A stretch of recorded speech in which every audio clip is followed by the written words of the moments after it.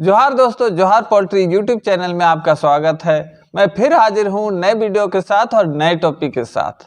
इस वीडियो का टॉपिक है प्रोडक्शन कॉस्ट क्या है और कैसे कम किया जा सकता है।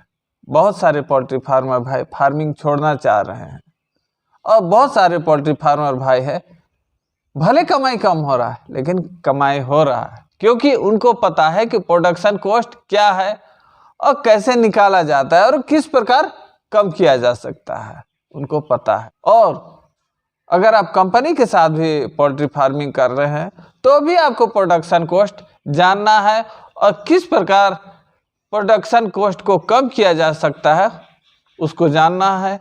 तो चलिए आज जानते हैं कि प्रोडक्शन कॉस्ट क्या है और किस प्रकार इसको कम किया जा सकता है। तो चलिए बिना देर किए वीडियो को स्टार्ट करते हैं और जानते हैं प्रोडक्शन कॉस्ट कैसे कम किया जा सकता है। जैसा मौजूदा परिस्थिति है एक पोल्ट्री फार्मर के लिए ये जानना बहुत ज़रूरी है, इसलिए मैंने ये वीडियो बनाया हूँ। दोस्तों सबसे पहले तो प्रोडक्शन कॉस्ट के बारे में जानते हैं कि ये होता क्या है और किस प्रकार एक फार्मर का कमाई का राज इसी में है जानते हैं, और किस प्रकार से एक फार्मर इसे कम से कम रखकर अपना कमाई को बढ़ा सकता है। दोस्तों प्रोडक्शन कॉस्ट का मतलब होता है प्रत्येक मुर्गा का लागत मूल्य। अब एक फार्मर अपना लागत को किस प्रकार से कम करे उसके बारे में जानते हैं, क्योंकि जैसा पोजीशन है उसके मुताबिक ये एक फार्मर को जानना बहुत जरूरी है। एक सेल्फ पोल्ट्री फार्मर जो खुद का दाना चूजा खरीद करके फार्मिंग करता है किस प्रकार से अपना लागत कहे या प्रोडक्शन कॉस्ट कहे को किस प्रकार से कम करे जानते हैं।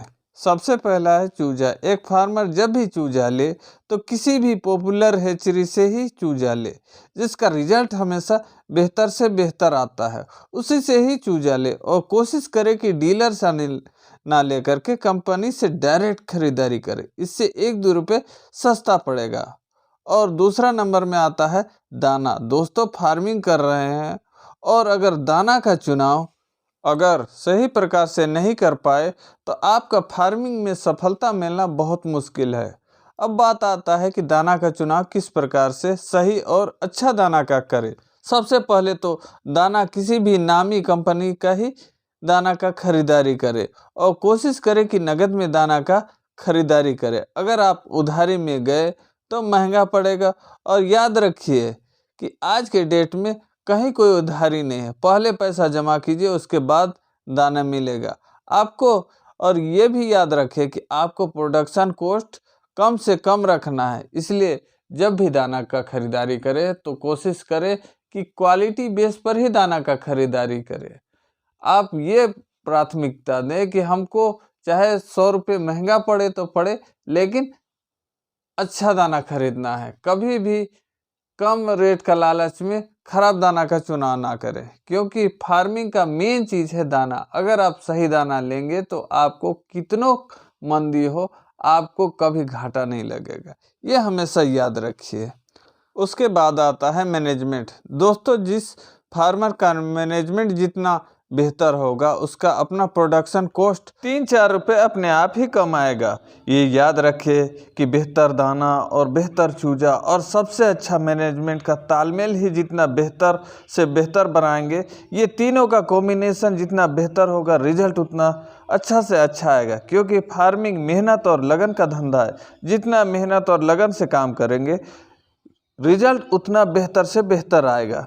उसके बाद आता है बीमारी। दोस्तों प्रोडक्शन कॉस्ट का सीधा संबंध आप फार्मिंग कर रहे हैं तो याद रखिए बीमारी होने से अच्छा है बीमारी का इलाज से बेहतर किसी भी बीमारी का बचाव पर पूरा ध्यान रखें। फार्मिंग का मैनेजमेंट बेहतर से बेहतर बनाए रखें ताकि बीमारी कम से कम आए।